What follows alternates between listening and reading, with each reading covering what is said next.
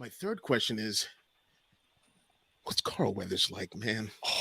Oh! Yep. I I knew this was where Chris was going. unequivocally love that man. He is okay. I'll give you some context. I'm Canadian. I live in Toronto. I'm based out of Toronto. I got hit up to play Carson Teva. Didn't have to audition for the role. Jon Favreau, Dave Filoni, they offered the part to me, and a lot of that was due to the fact that I was in Kim's Convenience. Dave's wife Anne said, "You got to watch his show." He loved it, and I'm also friends with Deborah Chow. She's from Oakville. We worked together 27 years ago at the Factory Theater, and then she was on board for Mandalorian season 1. Anyway, so she made the introduction. I got a set visit to visit season 1 of them shooting, and I saw Grogu first time before anything even happened. Kept that secret, almost died. Keeping holding that in. And 6 months later, I get this call and they say, "Oh, they want you to, like, what's your availability to do Star Wars?" And I was like, "What?" So I get cast. I'm down there, and Carl Weathers is directing the first show I've ever shot in the United States. I've done shows up in Canada, but I've never worked in the US. And here I am, my first show on American soil in Los Angeles.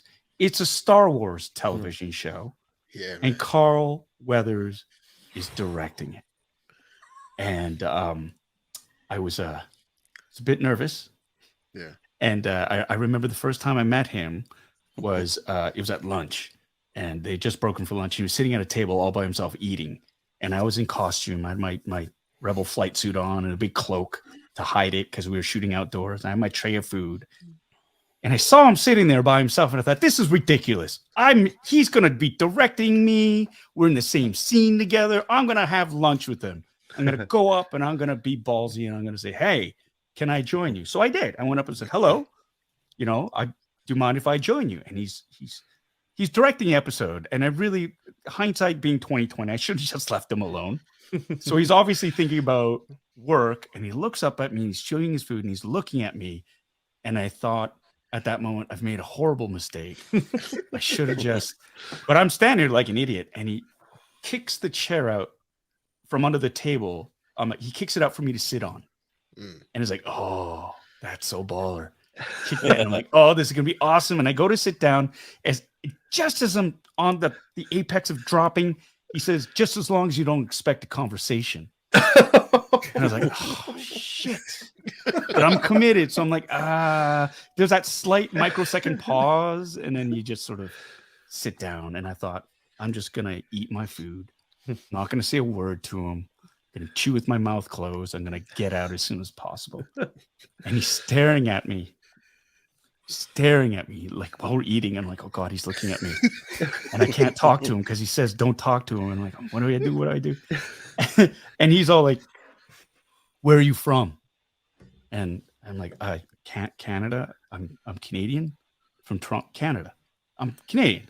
And he says, "No, where are your people from?" "Oh,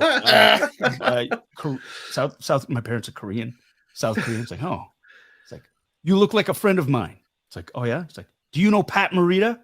Like, yes, I do. It's like, "Yeah, it's his eyes. You have very kind eyes." I thought, "Oh wow, thank you." And that was kind of it, right?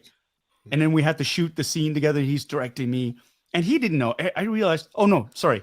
Then he said, "Whose friend are you?" "Whose friend are you?" And I was like, "Oh, I get it." Because he didn't cast me, right? I'm just this guy that showed up. So he doesn't know if I'm an actor. He doesn't know my abilities. He doesn't know any of that stuff. So he's like, "Oh, whose friend are you?" To get on to who got you this job? Yeah, who got you this job, right? And so I was like, I guess Dave Filoni. It's like, So we go to shoot the scene. And again, he doesn't know who I am. And we shoot the scene. And, it's like we go through variation after variation. I'm getting redirects from him, from Favreau, who's show running. And it's like all these notes. And at the end of the day, it's just like we got all this stuff. And I guess he was happy with what I did because, I didn't suck. He's like, and so he really relaxed, which is really cool. So at the end of the day, he was like, we started just chatting. And then he said, so like, what other work have you done? I said, well, right now I'm working on a show called Kim's Convenience. It's like, oh yeah, I've never heard of it. It's like, yeah, no, of course not. It's on Netflix. So great. So, shoot that.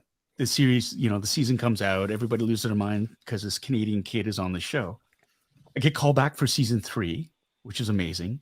And Carl comes running. He's not directing the episode that I'm in. He comes running. Paul, he comes running up, says, I watched Kim's Convenience. You were great in it. I said, well, thank you so much. How come we're not working together? I said, well, I don't know, Carl. For season 4, we'll work together. He said, I like how you think. I like that. Yeah. So we posed for pictures. Amazing. He was just so open and welcome. And then for season 3, the premiere, he's there and says, do you have a phone? I said, yeah. Give me your number. So I give him my number. He said, I'm calling you. You have my number. Let's get together before you go back to Canada and have a drink. And so we did. Right. Amazing. And it was just like, and I'm looking at it going, I have Carl Weathers' phone number. It's like, unreal. He said for me to call him, but I don't know if I can physically. Like, I don't, it's like, do I wait 2 days? What do I do? This is Hollywood royalty. This is an icon. This is a guy whose career spans, decades in the industry. And he wants to have a drink with me. Anyways, we went, had a drink, and my God, what a wonder. Like, just so we talked about his career, how he started off. We talked about the episode the first 2 episodes we saw at the screening. We talked about his directing and what he wanted to do. I mean, he's such a talented director too.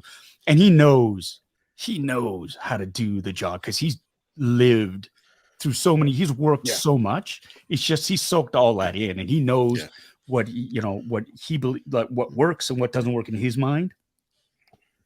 And it's just like, I'm so proud. Like, he is, again, 100% class, right? Super intense working with, but man, it's just like so rewarding to win his approval.